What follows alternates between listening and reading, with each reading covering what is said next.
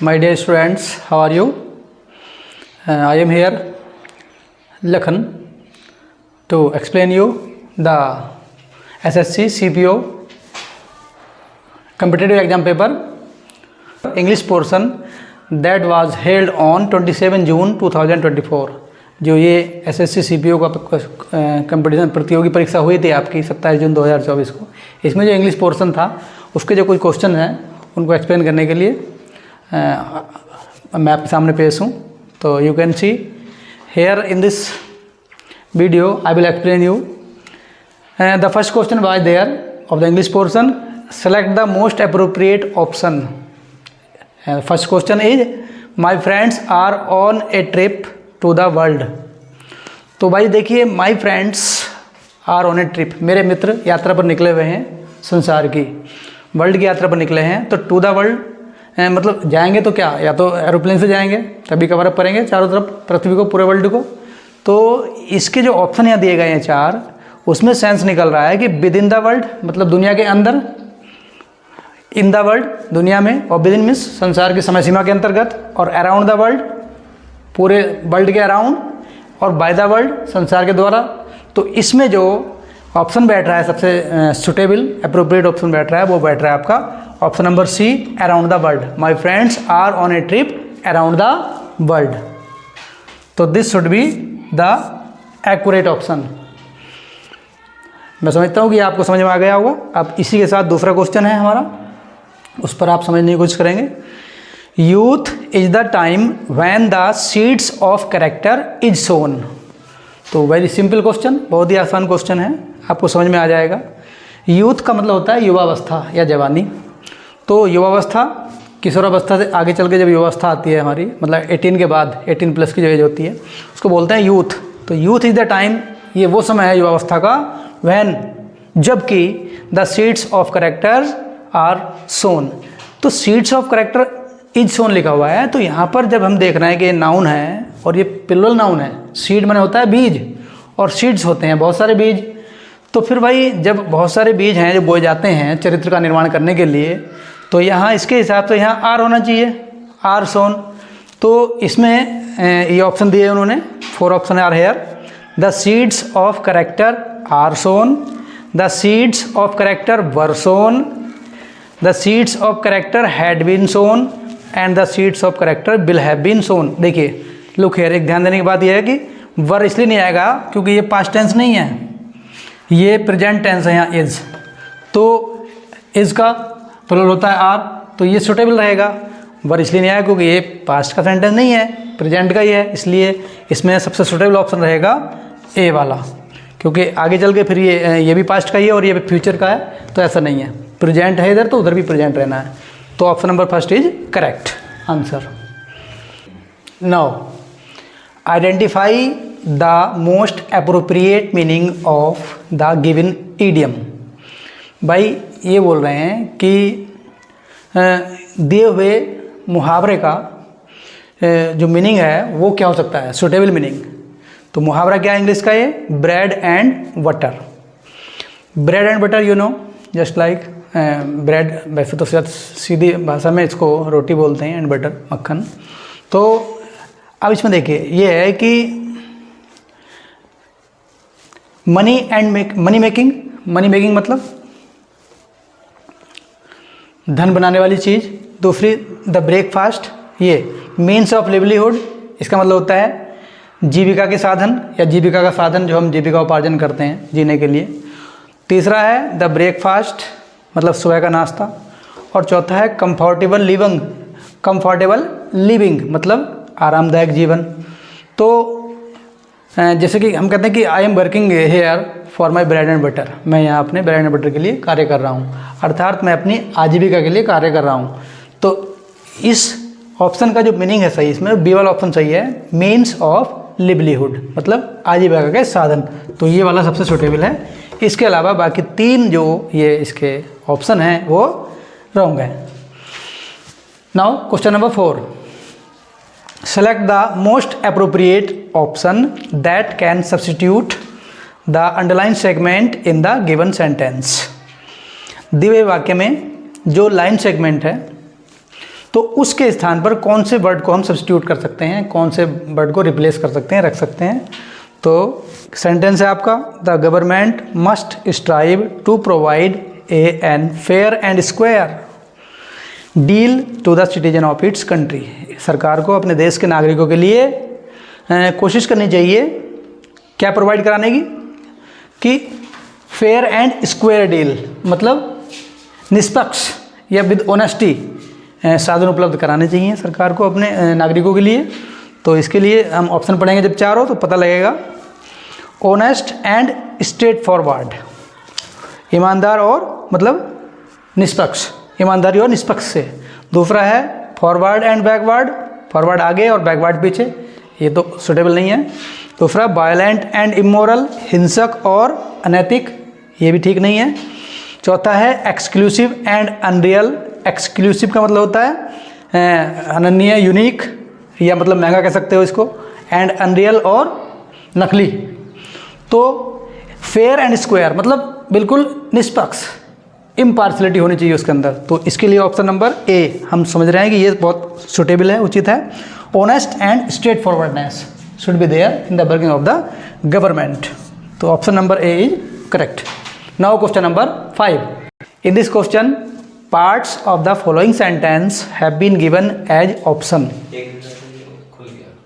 Now question number 5, parts of the following sentence have been given as option. Select the option that contains an error here. In this sentence यहाँ पे एक एक वाक्य दिया गया है ये, और उस वाक्य के किसी एक भाग में कहीं ना कहीं कोई एरर है, कोई कमी है, मिस्टेक है, अशुद्धि है, उसको दूर करना है। तो पहले पढ़ लेते हैं इस सेंटेंस को। We were grateful for a book they gave us. उस किताब के लिए, उस विशेष स्पेशल किताब के लिए हम उनके आभारी थे, है ना, जो उन्होंने हमें दी। तो इसके लिए ऑप्शन देख लेते हैं। बी वर, हम थे, ये तो ठीक है, इसमें कोई एरर नहीं है। दूसरा है ग्रेटफुल फॉर, उसके लिए आभारी, ये भी ठीक है, इसमें कोई एरर नहीं है। तीसरा है दे गेव अस, उन्होंने जो हमें दी, इसमें भी कोई एरर नहीं है। और यहाँ पर है अ बुक, एक किताब, तो ये आर्टिकल की इसमें अशुद्धि है। आर्टिकल होते हैं ए, एन और द। तो वो बुक, जो बुक थी वो एक स्पेशल बुक थी, और ये प्रॉपर नाउन वाला शब्द है, तो इसलिए इसमें जो आर्टिकल की अशुद्धि है, तो स्पेशल बुक के लिए हम ए नहीं बल्कि हमें लाना चाहिए द बुक। अगर यहाँ होगा द बुक तो दिस ऑप्शन है, यही ऑप्शन है। तो इसमें जो एरर थी, तो एरर वाला हमने पकड़ लिया, वो ऑप्शन हमारा डी है जिसमें एरर थी। ठीक है। Now question number 6, select the incorrectly spelled word. Very easy question, बहुत आसान ये प्रश्न है कि ये 4 शब्द इसमें लिखे हुए हैं, इसमें से कोई सा एक वर्ड है जिसकी स्पेलिंग मिस्टेक है। तो स्पेलिंग अभ्यास किया होगा आपने। तो वीक एंड, सप्ताह के अंत में। दूसरा ऑप्शन है जर्नी, यात्रा, ये स्पेलिंग भी ठीक है। और डेजर्ट, रेगिस्तान, सी, ये भी ठीक है स्पेलिंग। और डी में है माउंटेन, मतलब पर्वत, पहाड़। तो माउंटेन की स्पेलिंग में यह मिस्टेक है थोड़ी सी। स्पेलिंग माउंटेन की होती है MOUNTAIN। तो भाई यहाँ पर ए आई नहीं लिखा हुआ है ए के बाद, तो वो हमें लिखना है। तो वो ऐसे होती है स्पेलिंग, माउंटेन की स्पेलिंग में ये आई इन्होंने छोड़ रखा है, तो इसलिए मिस स्पेल्ड वर्ड ये है। तो ऑप्शन नंबर डी हमारा इसका आंसर हो जाएगा। In this question we have to see, इस प्रश्न में हमें देखना है कि select the word from the sentence below which is an antonym for the word uniformity. निम्नलिखित सेंटेंस में, वाक्य में जो यूनिफॉर्मिटी शब्द है, ये वर्ड है, इसका बिलोम, एंटोनियम हमें टिक करना है। सबसे पहले समझ लेते हैं कि यूनिफॉर्मिटी का मीनिंग क्या होता है। तो यूनिफॉर्म से बना है यूनिफॉर्मिटी, और यूनिफॉर्म एक जो ड्रेस होती है बच्चों की स्कूल में, उसको यूनिफॉर्म बोलते हैं। तो उस यूनिफॉर्म में हर एक बच्चा, हर एक स्टूडेंट सेम दिखाई देता है, मतलब समानता होती है, चाहे वो किसी भी कास्ट का हो, गरीब हो, अमीर हो।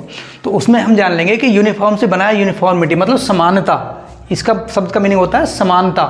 तो इसका हिंदी में अगर हम जानेंगे तो विषमता या असमानता वाला वर्ड होना चाहिए।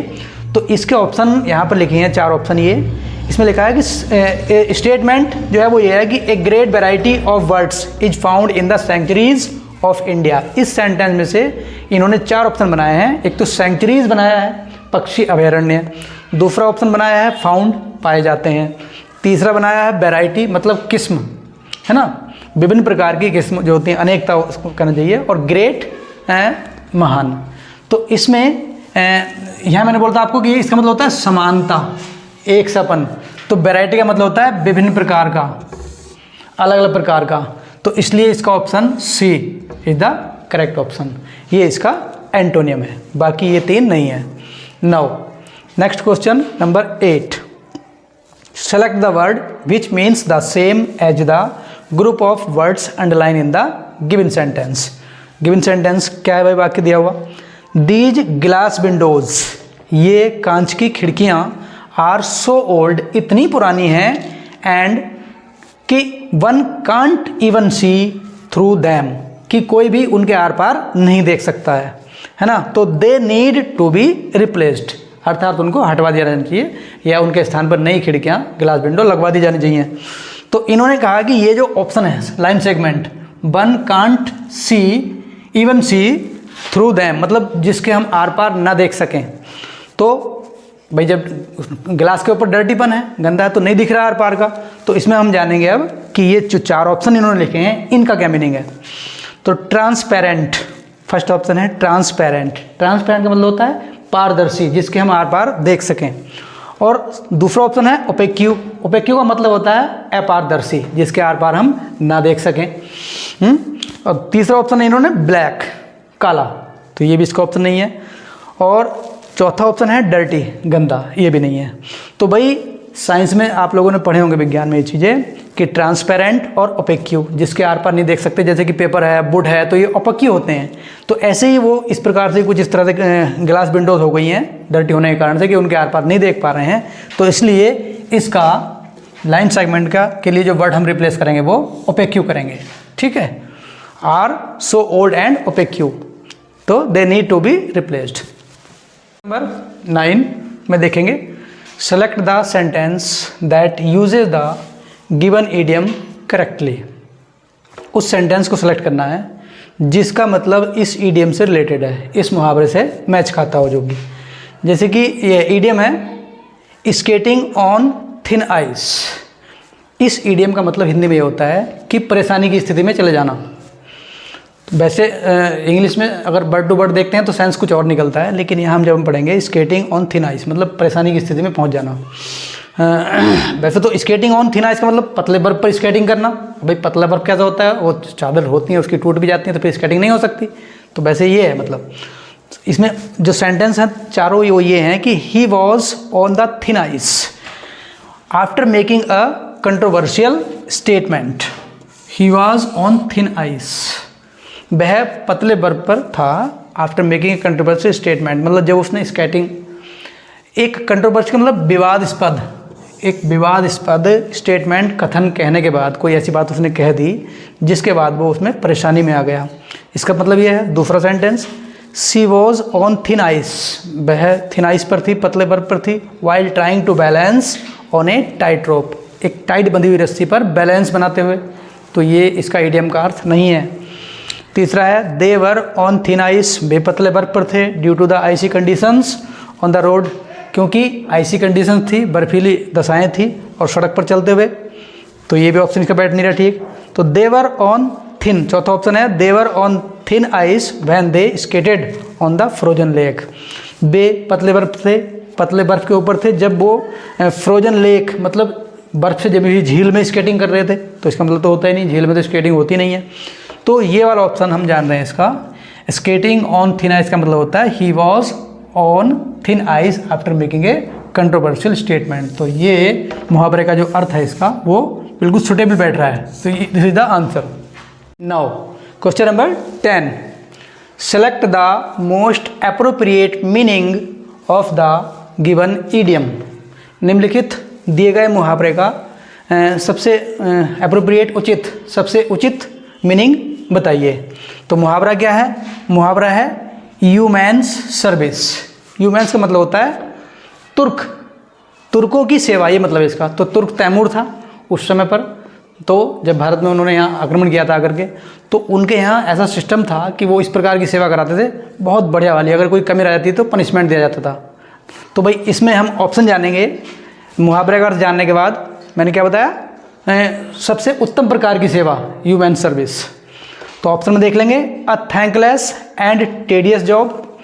ए थैंकलेस मतलब कर्ता घृणता भरी, और टेडियस मीन्स बोरियत भरी जॉब का कार्य नहीं, ऐसा ये ऑप्शन ठीक नहीं बैठ रहा है इसका। दूसरा है एक्सीलेंट वर्क डन, सबसे उत्तम कार्य है जो सेवा में किया गया। सी ऑप्शन है working under a cruel master, किसी निर्दयी मालिक के अंडर में होकर के काम करना, ये भी नहीं है इसका मतलब। डी ऑप्शन में है फ्रॉडुलेंट सर्विस, मतलब धोखाधड़ी वाली सेवा, वो भी नहीं इसका ऑप्शन है। तो इसका मतलब ह्यूमन सर्विस का मतलब होता है एक्सीलेंट वर्क डन, की हुई उत्तम प्रकार की सेवा। तो ये ऑप्शन करेक्ट है।